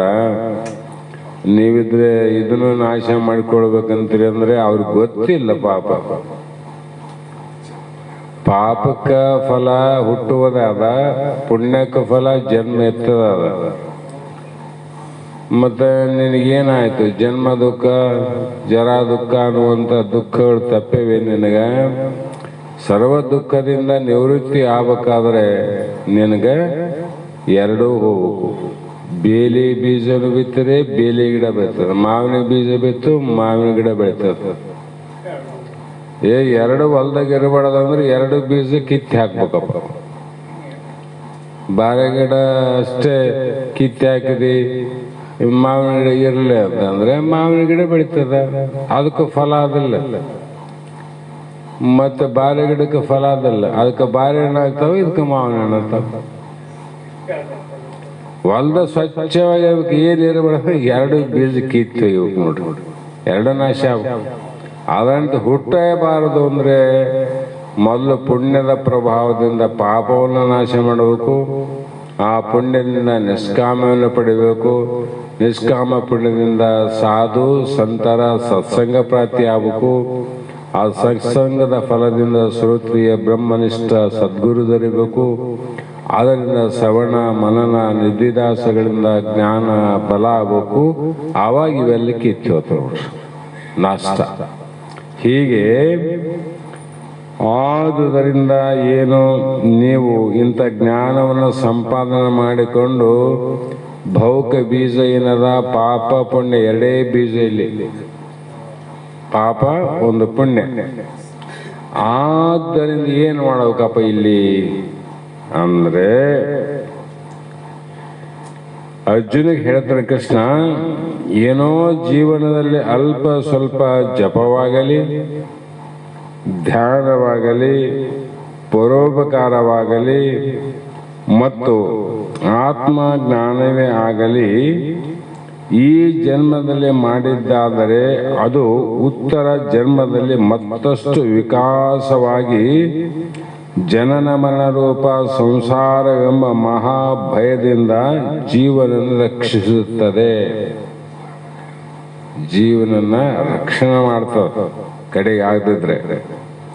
ಆದ್ದರಿಂದ ಇಲ್ಲಿ ಇದೇ ವಿಷಯವು ಸ್ವಲ್ಪಂ ಅಶ್ಯ ಧರ್ಮಸ್ಯ ತ್ರಾಯತೆ ಮೋಹತೋ ಭಯಾತ್, ಅಂದರೆ ಧರ್ಮ ಆಚರಣೆ ಅತಿ ಸ್ವಲ್ಪವಾಗಿದ್ದರೂ ಅದು ಮಹಾಭಯದಿಂದ ರಕ್ಷಿಸುತ್ತದೆ ಅಂದರು.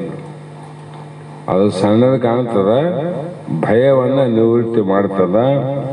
ಈ ಕಾರಣದಿಂದ ನಾವು ಬುದ್ಧಿಯನ್ನ ಜ್ಞಾನಮಯವಾಗಿಯೂ ಮನಸ್ಸನ್ನ ಆತ್ಮ ಚಿಂತನಾಮಯವಾಗಿಯೂ ಮಾಡಿಕೊಳ್ಳುತ್ತಾ ನಾನು ಸದ್ಗುರುಗಳ ಅನುಗ್ರಹದಿಂದ ಈ ಜನ್ಮದಲ್ಲಿಯೇ ಆತ್ಮ ಸಾಕ್ಷಾತ್ಕಾರವನ್ನ ಖಂಡಿತವಾಗಿ ಪಡೆದೇ ಕೊಳ್ಳುತ್ತೇನೆ ಎಂದು ದೃಢ ನಿಶ್ಚಯದಿಂದ ಸಾಧನೆ ಮಾಡಬೇಕು ನೋಡ್ರಿ. ಆಗದಲ್ಲಿ ಈ ಜನ್ಮದಲ್ಲಿ ಅಂತ ಮಾಡಬಾರದು, ಇದೇ ಜನ್ಮದಲ್ಲಿ ಆತದಂತ ಮಾಡು. ಆಗದೇ ಇದ್ರೆ ಮುಂದೆ ಅದೇ ಮಾಡ್ತದೆ, ನೀನೇನು ಮಾಡಬೇಕಾಗಿಲ್ಲ. ಈ ಜನ್ಮದಲ್ಲಿ ನೀನು ಮಾಡೋದು ಬಹಳ ಮುಖ್ಯ. ಮುಂದಿನ ಜನ್ಮದಲ್ಲಿ ಅದೇ ತಗೊಂಡು ಹೋಗ್ತದೆ ಸಂಸ್ಕಾರ. ಈ ಜನ್ಮದಲ್ಲಿ ಬಹಳ ಮುಖ್ಯ ಅದ. ಆ ಕಾರಣದಿಂದ ಯಾವುದೋ ಒಂದು ಪ್ರತಿಬಂಧಕದಿಂದ ಜೀವನ ಅಂತ್ಯದಲ್ಲಿಯೂ ಮೋಕ್ಷವೆಂಬ ಲಕ್ಷ್ಯವು ದೊರೆಯದಿದ್ದರೂ ಹತಾಶರಾಗಬೇಕಾಗಿಲ್ಲ. ಮುಂದಿನ ಜನ್ಮದಲ್ಲಿಯೂ ಅದನ್ನೇ ಮುಗಿಸಿ ಧನ್ಯನಾಗಬಹುದು. ಇದು ಎಷ್ಟು ಮಹಾತ್ಮನ ದೃಷ್ಟಿ ದೂರ ಅಂದ್ರೆ, ಕುಂಬಾರಾಗಲಿ ಕಂಬಾರಾಗಲಿ ಅಕ್ಕ ಸಾಲಿಗನಾಗಲಿ ಯಾರೇ ಆಗಿರಲಿ, ಒಬ್ಬಡಿಯನಾಗಿರಲಿ, ಈ ಜನ್ಮದಲ್ಲಿ ಏನು ಮಾಡಕ್ಕಿಟ್ಟನ ಅದು ಕೆಲಸ ಆಗಲಾರ್ದ ಅರ್ಧಕ್ಕೆ ಹೋದ್ರೆ ಮುಂದಿನ ಜನ್ಮದಲ್ಲಿ ಅದೇ ಕಟ್ಟಿಗೆಯನ್ನ, ಅದೇ ಬಂಗಾರವನ್ನ, ಅದೇ ಕಬ್ಬಿಣವನ್ನ ತಗೊಂಡು ಮತ್ತೆ ಮಾಡಕ್ ಬರೋದಿಲ್ಲ. ಬರ್ತದಂಗ ಮುಂದೆ ಯಾಕೆ ಬರಬಾರ್ದು? ಯಾಕೆ ಬರಬಾರ್ದು ಅಂತ ಪ್ರಶ್ನೆ ಮಾಡಿದ್ರೆ, ಅವು ನಮ್ಮ ಜನ್ಮದ ಹಿಂದೆ ಬರೋವಲ್ಲ, ಇಲ್ಲೇ ಬಿಟ್ಟು ಜನ್ಮಕ್ಕೆ ಸಾಧನೆಗಳೇ ವಿನಃ ಜನ್ಮಾಂತರಕ್ಕೆ ಸಾಧನವಾದ ವಸ್ತುಗಳಲ್ಲ. ಇದೇ ಬಾಚಿ ಇದೇ ಕಟಿಗಿ ತಗೊಂಡು ಹೋಗಕ್ ಬರ್ತತ್ತು, ಮುಂದೆ ಜಲ್ದಿ ಮುಗಿಸ್ಬಿಡ್ತದ. ಸ್ವಲ್ಪ ಉಳ್ಕೊಂಡಿರ್ತಾವ ಒಡೆಯ ಬಾ ಚಂದ ಮಾಡ್ಯಾನ, ನಡು ಸತ್ತೋದಂದ್ರೆ ಅವನೇ ಮಾಡ್ಬೇಕಲ್ಲ. ಅದಕ್ಕೆ ಸಿದ್ಧಾರೂಢ ಚರಿತ್ರೆಯಲ್ಲಿ ಕೈಲಾಸ ಮಂಟಪ ಕಟ್ಟ ಕಾಳಪ್ಪಗ ಆಯುಷ್ಯ ಕಡಿಮೆ ಆದ, ಇನ್ನು ಮುಗುದಿಲ್ಲ ಅಂದ್ರೆ ಸಿದ್ಧಾರೂಢರು ಆಯುಷ್ಯವನ್ನ ಮತ್ತೆ ಹೆಚ್ಚಿ ಕೊಟ್ಟು ಇದು ನೀನೇ ಮುಗಿಸಿ ಹೋಗ್ಬೇಕಂದ್ರು. ನೀವು ಹೋದ್ರು ಕಾಳಪ್ಪ ನಿನ್ನಂತವ್ರು ಯಾವನನ್ನ ಬರ್ತಾನ ಮಾಡ್ತಾನಂತ ಹೇಳ್ಬೋದಾಗಿತ್ತಲ್ಲ, ಮುಂದಿನ ಜನ್ಮದಾಗ ಹುಟ್ಟಿ ಮಾಡಂತ ಹೇಳ್ಬೋದಾಗಿತ್ತಲ್ಲ. ಸಾಮಾನ್ಯಗಳು ಬದಲಾವಣೆ ಆಗ್ತಾವ, ಆದ್ರೆ ಸಂಸ್ಕಾರಗಳು ಮಾತ್ರ ಹಂಗಲ್ವ. ಸಂಸ್ಕಾರ ಇವೇ ಸಂಸ್ಕಾರವೇ. ಹಿಂದಿನ ಜನ್ಮದುವೆ ಈಗ ಅವ, ಈಗಿದ್ದುವೆ ಮುಂದಾವ, ಮುಂದಿದ್ದುವೆ ಮುಂದಿರ್ತಾವ. ಆದ್ರೂ ಇಷ್ಟೆಲ್ಲ ಯಾವಾಗ ಸತತವಾಗಿ ಎಲ್ಲವೂ ನಮ್ಮಲ್ಲೇ ಹಿಂದೆನೆ ಆವಂದ್ರೂ ಕೂಡ ಇಷ್ಟು ಅಳೋದು ತಪ್ಪಲ್ತ ನಮಗೆ. ಯಾಕಂದ್ರೆ ಇಷ್ಟಕ್ಕೆಲ್ಲ ಅಜ್ಞಾನ ಕಾರಣ. ಇದೇ ರೀತಿ ಮಾನವ ಜನ್ಮವನ್ನು ಭೋಗದ ವಿಲಾಸದಲ್ಲಿ ವ್ಯರ್ಥ ಮಾಡಿಕೊಂಡು ಕಳೆಯಬಾರದು. ಬಹಳ ಬೆಲೆಯನ್ನು ಕೊಟ್ಟು ತಂದ ಪದಾರ್ಥವನ್ನು ಸರಿಯಾಗಿ ಉಪಯೋಗಿಸಿಕೊಳ್ಳುವಂತೆ. ಮನೆಗೆಲ್ಲರ ಮನೆ ಸಾಮಾನು ಅವ, ಎಲ್ಲರೂ ಸರಿಯಾಗಿ ಉಪಯೋಗ ಮಾಡೋ ಸಾಮಾನು ಬೇರೆ, ಬೇಕಾಬಿಟ್ಟು ಉಪಯೋಗ ಮಾಡೋದು ಬೇರೆ. ಎಲ್ಲೋಟ ತಮ್ಮಿಗೆ ಪಂಬಿಗೆ ಅದು ಭಾಳ ಲಕ್ಷ್ಯ ಇರ್ತವೆ. ಮನೆಗೇನ ಒಂದು ಟಿ ವಿ ಇತ್ತು, ಅದಕ್ಕೆ ಲಕ್ಷ್ಯ ಜಾಸ್ತಿ. ಅದನ್ನ ಹೋಗಿ ಸ್ವಲ್ಪ ಬಂಗಾರ ಬೆಳ್ಳಿ ಇತ್ತಂದ್ರೆ ಅದನ್ನ ಎಷ್ಟು ಜತ್ನ ಮಾಡ್ತೀವಿಲ್ಲ. ಅದ್ರಂಗಂತ ಇಲ್ಲಿ ಜ್ಞಾನವೆಂಬುದು ಅದು ರತ್ನ ನೋಡ ಅಂದ. ಹಾಗಾಗಿ ಇದನ್ನು ಸರಿಯಾಗಿ ಉಪಯೋಗಿಸಿಕೊಂಡು ಅನೇಕ ಜನ್ಮಗಳಲ್ಲಿ ಮಾಡಿದ ಪುಣ್ಯವೆಂಬ ಧನವನ್ನು ಖರ್ಚು ಮಾಡಿಕೊಂಡು ಮೋಕ್ಷದ್ವಾರವಾದ ದೇಹವನ್ನ ತುಚ್ಛ ವಿಷಯಗಳಾಗಿ ಉಪಯೋಗ ಮಾಡಬಾರ್ದಂದ್ರು. ಕೆಟ್ಟ ವಿಷಯಗಳಿಗೆ ಈ ಉಪಯೋಗ ಮಾಡಿಕೊಳ್ಳಲಾರದೆ ಮೋಕ್ಷವನ್ನ ಪ್ರಾಪ್ತಿ ಮಾಡಿಕೊಡುವ ಆತ್ಮ ಜ್ಞಾನ ಸಾಮಗ್ರಿಗಳನ್ನು ಸಂಪಾದಿಸಿಕೊಳ್ಳಬೇಕು. ಇವು ಜಗತ್ತಿನಾಗ ಆತ್ಮ ಜ್ಞಾನಕ್ಕ ಸಂಪಾದನೆ ಮಾಡೋದಕ್ಕೆ ಯಾವ ಜಗತ್ತಿನಲ್ಲಿ ಯಾವ ದೇಶದಲ್ಲಿ ಸಾಮಾನುಗಳು ಇಲ್ಲ. ಎಲ್ಲೇ ಸಿಗ್ತಾವನೇ. ಮುಕ್ತಿ ಪಡಿಬೇಕಾದ್ರೆ ಯಾವ ದೇಶದಲ್ಲಿ ಅಲ್ಲಿ ಇಲ್ಲಿ ಎಲ್ಲಿ ಸಿಗೋದಿಲ್ಲ, ಸದ್ಗುರುನಾಥನಲ್ಲಿ ಹೋಗ್ಬೇಕು. ಅದಕ್ಕೆ ಸಾಧನೆಗಳು ಅವನಲ್ಲೇ ಸಿಗ್ತಾವ. ಯಾವ ದೇಶದಾಗ ಮೋಕ್ಷಕ್ಕೆ ಸಾಧನಗಳು ಸಿಗೋದಿಲ್ಲ. ಒಬ್ಬ ಶ್ರೋತ್ರಿಯ ಬ್ರಹ್ಮನಿಷ್ಠ ಗುರುವಿನಲ್ಲೇ ಮೋಕ್ಷ ಸಾಧನೆ ಸಾಮಾನುಗಳು ಸಿಗ್ತಾವ. ಅವನ್ನ ಪಡ್ಕೊಂಡು ನೀನು ಪಾಶ್ಚಾತ್ತಾಪ ಪಡದೆ ಪರಿಪೂರ್ಣವಾದ ಗತಿಯನ್ನ ನೀನು ಪಡೆದುಕೊಳ್ಳಬಹುದು ಅರ್ಜುನ. ಅದಕ್ಕಾಗಿ ಅಪೂರ್ಣವಾಗಿ ದೇಹವನ್ನು ತ್ಯಾಗ ಮಾಡಿದರೆ ಮುಂದೆ ನಿನಗೆ ಲಾಭ ಭಾಳದ. ಯಾಕಂದ್ರೆ ಅರ್ಧ ದಾರಿ ಸವಿಸಿ ಬಂದಿದ್ದಿ, ಸ್ವಲ್ಪ ದೂರ ಉಳ್ಕೊಂಡದ. ಆದಷ್ಟು ಸಾಧನೆ ಮಾಡಿದರೆ ನೀನು ಮುಟ್ಟಬೇಕಾದ ಊರಿಗೆ ಮುಟ್ಟಿದಂತೆ ನೀನು ಪಡೆಯಬೇಕಾದ ಆತ್ಮಸುಖವನ್ನು ನೀವು ಎಲ್ಲರೂ ಪಡೆಯಬಹುದು ಅನ್ನುವಂಥ ಅಭಿಪ್ರಾಯವನ್ನು ಇಲ್ಲಿ ಹೇಳಿದರು. ಆದ್ದರಿಂದ ಮಾನವ ದೇಹವನ್ನು ಧರಿಸಿ ಬಂದಂಥ ನಾವೆಲ್ಲ ಸ್ತ್ರೀಯೇ ಇರಲಿ ಪುರುಷರೇ ಇರಲಿ, ಇದೇ ಜನ್ಮದಲ್ಲಿ ಮೋಕ್ಷವನ್ನು ಸಂಪಾದಿಸಲು ಪ್ರಯತ್ನ ಮಾಡಬೇಕಂದ್ರೆ ಮೋಕ್ಷವನ್ನು ಸಂಪಾದಿಸುವ ಪ್ರಯತ್ನ ಮಾಡಬೇಕು. ಇಲ್ಲ ಜನ್ಮಾಂತರದಲ್ಲಿ ಮೋಕ್ಷ ಪಡೆಯುವಂತ ಪ್ರಯತ್ನವಾದ್ರೂ ಮಾಡಿ ಸಾಯಬೇಕು. ಮತ್ತೆ ನೀನು ಮಾಡಲಾರ್ದ ಅಂತರ ಜನ್ಮದಲ್ಲಿ ಹುಡ್ತಾನೆ. ನೀನು ಅದನ್ನಾದ್ರೂ ಮಾಡಬೇಕು. ಅದನ್ನೇ ಮಾಡೋದು ಮುಖ್ಯ. ಅದರ ಮಧ್ಯದಲ್ಲಿ ಆಯುಷ್ಯ ನಿನ್ನ ಕೈಯಲ್ಲಿಲ್ಲಲ್ಲ, ಅಂತಹ ಪ್ರಸಂಗದಲ್ಲಿ ದೇಹ ತ್ಯಾಗ ಆದರೆ ಮುಂದಿನ ಕೆಲಸ ಆಗ್ತದೆ. ಈ ರೀತಿ ಮಾಡಬಹುದು ಅನ್ನುವಂಥ ಮಾತನ್ನು ಇಲ್ಲಿ ಹೇಳ್ತಾ ಬಂದರು. ಇಲ್ಲಿಗೆ ಸಮಯ ಆಗಿದೆ.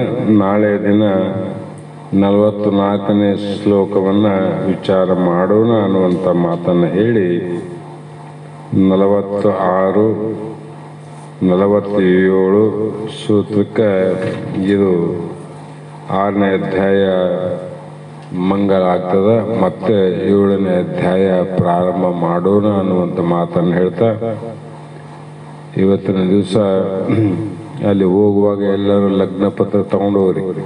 ನೋಡಿ ಇಲ್ಲಿ ಇರಬಾಡ್ರಿ. ನಮ್ಮ ಬ್ಯಾಗವಾಟದ ನೀರ್ಮಾನಿಯ ನರಸಣ್ಣ ಸಾಹುಕಾರನ ತಮ್ಮನ ಮಕ್ಕಳ ಮದುವೆ ಅದ.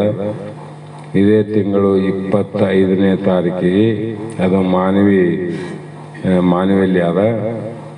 ಅದಕ್ಕೆ ಅವರು ಬೆಳಗ್ಗೆ ಬಂದು ಪತ್ರಿಕೆಯನ್ನು ಕೊಟ್ಟು ಎಲ್ಲರಿಗೆ ತಿಳಿಸ್ರಿ ಅಂತ ಹೇಳಿದ ಕಾರಣಕ್ಕಾಗಿ ತಾವೆಲ್ಲರೂ ಕೂಡ ಸ್ವಲ್ಪ ಲಕ್ಷ್ಯದಲ್ಲಿ ಇಟ್ಟುಕೊಂಡು ಆಮಂತ್ರಣ ಪತ್ರಿಕೆಯನ್ನು ಮಂಗಲ ಆದ ನಂತರ ತೆಗೆದುಕೊಂಡು ಹೋಗ್ರಿ ಅನ್ನುವಂಥ ಮಾತನ್ನು ಹೇಳಿ ಇವತ್ತಿನ ವಾಕ್ ಪುಷ್ಪಗಳನ್ನು ಗುರುಪಾದಕ್ಕೆ ಸಮರ್ಪಿಸಿ ನಾವು ನೀವು ಧನ್ಯರಾಗೋಣ.